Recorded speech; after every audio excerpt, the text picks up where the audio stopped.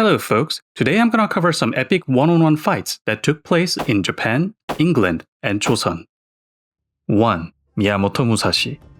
The first story is a legendary life-or-death duel between Sasaki Kojiro and Miyamoto Musashi. In 1612 Japan, Kojiro was waiting on a nameless island for Musashi, but his opponent was nowhere to be found. Well, that's because Musashi hadn't even left his bed yet. So, Kojiro had no choice but to sit and wait for Musashi to come. But there was no way Musashi would show up on an empty stomach before the fight. Again, Kojiro had to wait, hoping Musashi would arrive soon. Hours later, Musashi set off for the island, casually carving a long wooden sword from a boat paddle along the way. And finally, the two legendary swordsmen faced each other on the island shore. Kojiro blamed Musashi for being late for the duel, but Musashi replied with silence, simply getting ready with his roughly cut wooden sword for the fight. Feeling disrespected by Musashi's reaction and his weapon, Kojiro drew his sword Mono Shichao and dropped the sheath on the ground. Seeing this, Musashi finally opened his mouth and said, "That sheath is your lifeline, and you're already dead without it." And this really made Kojiro lose his control. Swept up in raging fury, Kojiro fiercely charged at Musashi and unleashed his techniques, pushing his enemy to the edge. But Musashi did not falter. He just held his ground against Kojiro, eventually forcing him back. Now, overtaken by growing impatience and anxiety, Kojiro decided to unleash his deadliest technique, Shibamegaeshi. But Musashi dodged and countered with a perfect blow that crushed Kojiro's skull. And the fatal injury took Kojiro's life on the spot. Miyamoto Musashi was the victor. Later, named after Kojiro's nickname, the island became known as Kanryujima, and people say Kojiro went to the island to fight with skills, but Musashi went there to win with a well-planned strategy to throw Kojiro off his composure. 2. James Figg, the master of weapons. An English prizefighter of the 18th century, James Figg was a champion whose mastery in bare-knuckle fighting was simply unrivaled.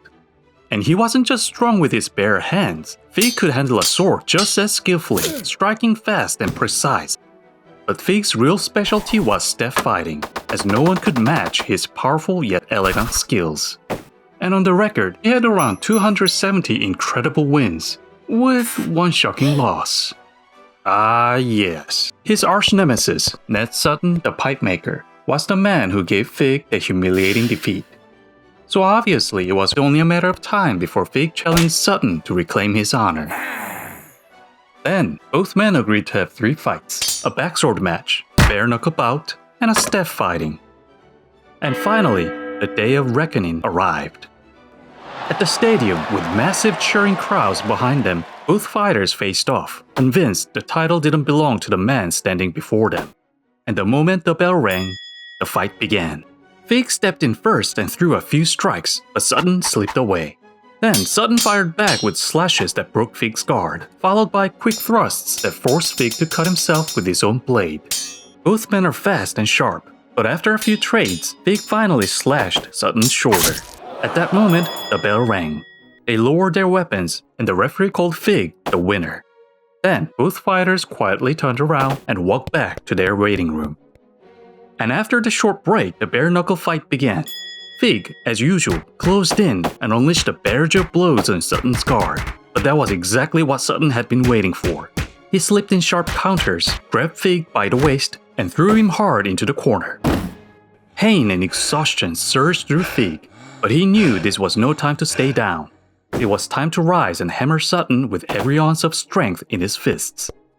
Once more, Figg squared up to his rival and began closing in. Sutton threw punch after punch, but Figg held his ground.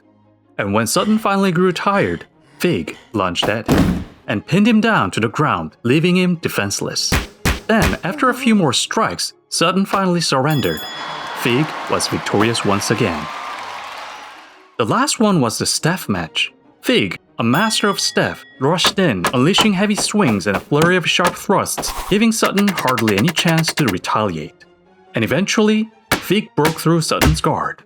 Sensing the perfect moment, Figg delivered his most devastating strike, shattering Sutton's knee. Shocked and in agony, Sutton collapsed to the ground, gasping for air. Soon, in the roar of the cheering crowd, a referee stepped in and declared Figg the true champion. To this day, James Figg is revered as the father of the English boxing, and one of his students, Jack Broughton, went on to create the modern boxing rules. 3. A nameless soldier. The third fight took place during the Imjin War, when Japan invaded the Joseon Kingdom on Korean Peninsula and the Ming Empire came to aid Joseon. And the story begins when the Allies faced Japan in Chungcheong province. There, after setting up their base, the Ming and Joseon generals stepped out to observe the enemy. And that is when a vicious-looking samurai with a huge odachi stepped forward and shouted out loud if there was anyone brave enough to fight him. Taunted by the bold challenge, the Ming general promptly ordered one of his finest spearmen to bring the samurai's head. And without hesitation, the spearman marched forward to face the samurai. After both assumed their fighting stances, the spearman pushed forward, unleashing a flurry of spear attacks, but it wasn't enough to break the samurai's defense. Then, the samurai retaliated with powerful thrusts and slashes, overwhelming the spearman and eventually ending his life. Infuriated by the outcome, the Ming general gathered and sent out all the skilled fighters in the base. The samurai had to be taken down. But it didn't take long before everyone was struck down by the sword of the ruthless warrior. Now, panicking in disbelief, the general feared that the army's morale would plummet. But that was when a Joseon soldier approached the general, asking if he could fight the samurai. With no options left, the general decided to take his final chance on this daring soldier of unknown skill. The soldier walked up to the samurai. Then, to everyone's surprise, he dropped his weapon. And even before the samurai grasped the situation, the man began dancing. It was a dance so passionate, so bizarre, that everyone was left speechless. Watching this, the samurai burst into laughter, along with other Japanese soldiers witnessing the scene. And of course, the Allied army couldn't believe their eyes. Amid these extreme reactions, the soldier's strange dance continued, but the samurai figured it was about time to finish this nonsense. So he slowly tightened his grip on his sword and flinched. He collapsed to the ground. Then, the Joseon soldier casually walked up to the fallen body, picked up the enemy's sword, and finished him with a single strike. Soon, the victorious soldier returned to the general and presented the samurai's head, which had the two long needles piercing both of its eyes.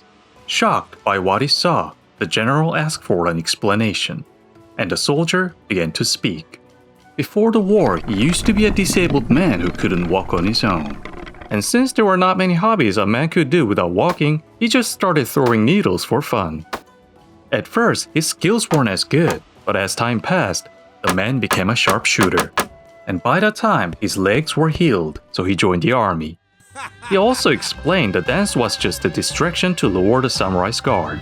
He was merely waiting for the perfect moment to throw his needles to the most vulnerable spots, the eyes. So in the end, the army's morale held firm thanks to the soldier. This story was recorded on 청성잡기, Joseon-era folklore collection, so its credibility is doubtful, but it does reflect the defiance and hope people held at the time.